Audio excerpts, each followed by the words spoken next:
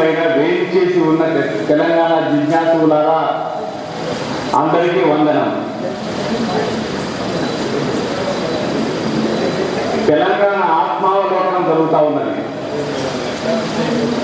మధ్యాహ్నం 3 గంటల ప్రారంభమైనటువంటి ఈ కార్యక్రమానికి 3 నిమిషాలు తక్కువ 8 గంటలకు మాత్రమే నేను చేరుకోగలిగాను.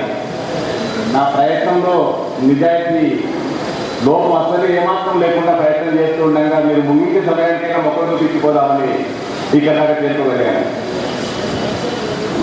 తెలంగాణ అంటే ఏమిటి?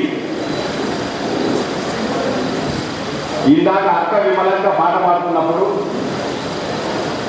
తన హృదయ ఆవిష్కరణ చేస్తున్నప్పుడు మన మధ్యలో ఒక పసికాళ్ళు పాడుతున్నటువంటి పాట ఆయన నవ్వుతా ఉన్నాడు. ఇప్పుడు చెప్తా ఉంటే ఆయన జవాబు చెప్తేనే తెలంగాణ అంటే ఏమిటో మనకు అర్థమైనట్టు లెక్క.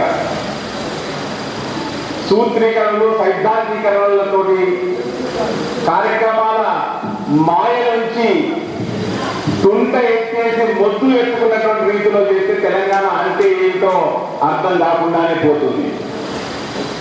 అందుకోసమే ఈ 101 పాట ఒక్కొక్క పాటేసి 101 పాటేసి రాబోయే బతుకమ్మ పండుగను గుర్తు చేసి తెలంగాణ జనజీవనంలోని ఆకాంక్షలు ఏ మేరకు ఎలా కొనసాగుతూ ఒక స్వరూపాన్ని సంతరించుకుంటున్న ఈ దశలో మనం ఎక్కడ ఉన్నాం, ఎటువైపు అడుగు వేయనున్నామని అంచనా వేసుకోవడానికి ఈ తరుణం ఉపకరించిందనేటువంటి విశ్వాసం శాస్త్రీయంగా సశాస్త్రీయంగా చర్చలు జరిపి అంశాలను క్రోడీకరించి ఉద్యోగంలో అవసరమైనటువంటి మూలికలను అందించినటువంటి వేదికలను నిర్మించిన వీరకుమార్ గారు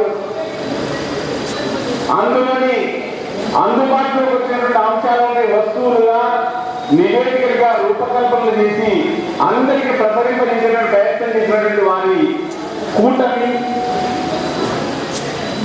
ఈ ప్రయత్నాలన్నింటినీ కలిగితురాయిగా సాగుతుంది. ఈనాడు ఇక్కడ నిర్వహించినటువంటి ఈ గోష్ఠి తెలంగాణ అంటే ఏమిటి అనేటువంటి ప్రశ్నకు ఇప్పట్లో జవాబు దొరికే సూచనలు కనిపించడం లేదు. తెలంగాణ అంటే ఓ రాష్ట్రం, తెలంగాణ అంటే ఓ ప్రభుత్వం, తెలంగాణ అంటే ఒక పెద్ద సర్వే, తెలంగాణ అంటే అందుబాటులోకి రాని అధికారం, తెలంగాణ అంటే స్వాతంత్రం వచ్చిన తర్వాత అంకితమై అన్న పానీయాలు మానుకుని ఒంటి బట్టతో ఒంటి పూట భోజనంతో జీవనం సాగించినటువంటి నిజమైన నికరమైన స్వాతంత్ర సమరయోధులు మహాత్మా గాంధీ మాదిరిగానే ఎక్కడో పోతా ఉంటే ఆ స్వాతంత్రం ఇప్పుడే అవసరం లేదని భావిస్తూ మధ్య మార్గంగా జీవిస్తూ వచ్చినటువంటి జస్టిస్ పార్టీ వాళ్ళు గవర్నర్లు అయినటువంటి వాస్తవ చరిత్ర మన భారతదేశ అమలుపైన ఉన్నది. అదే రీతిలో ఈ తెలంగాణ అంటే ఏమిటి అనేటువంటి ప్రశ్నలు మన బిడ్డలు వేసుకుంటా ఉన్నారు. నేను చాలా గ్రామాల్లో, చాలా జిల్లా కేంద్రాల్లో, చాలా పట్టణాల్లో ఇది పరోక్ష రూపంలో విన్న తర్వాతనే ఈ ప్రశ్న వేస్తా ఉన్నాను. ఈ ఆత్మావిష్కరణ తెలంగాణ అంటే ఏమిటో అనే సమాధానం ఇచ్చేటువంటి రీతిలో ముందుకు సాగాలి. అందుకోసం ఇంకా మీ భూమిక మరింతమైనటువంటి గురుతరమైన యుక్తిపూర్వకమైనటువంటి ప్రయత్నం జరగాలి. ఎందుకంటే మన వాళ్ళతో మనం చేసే యుద్ధం చాలా యుక్తితో ఉండాలి. పరాయి మాటలు చేసినప్పుడు శక్తులు ఎవరో మనం అర్థం చేసుకుంటాం. కానీ మనవారు తెలంగాణలోనే ఉన్నాం, మనమంతా తెలంగాణ బిడ్డలే. కానీ ఇక్కడ ఏదైనా ఒక శత్రుభావం ఉన్నదా అంటే ఒక అస్పష్ట భావం ఉన్నది. అందుకోసం విస్పష్టంగా ఆలోచన చేయండి. శుభాకాంక్షలు. కాలాపేట అవుతుంది. ఇంకా మీ మధ్యలో నేను మిమ్మల్ని హింసగా కలుసుకోలేదు. ధన్యవాదాలు.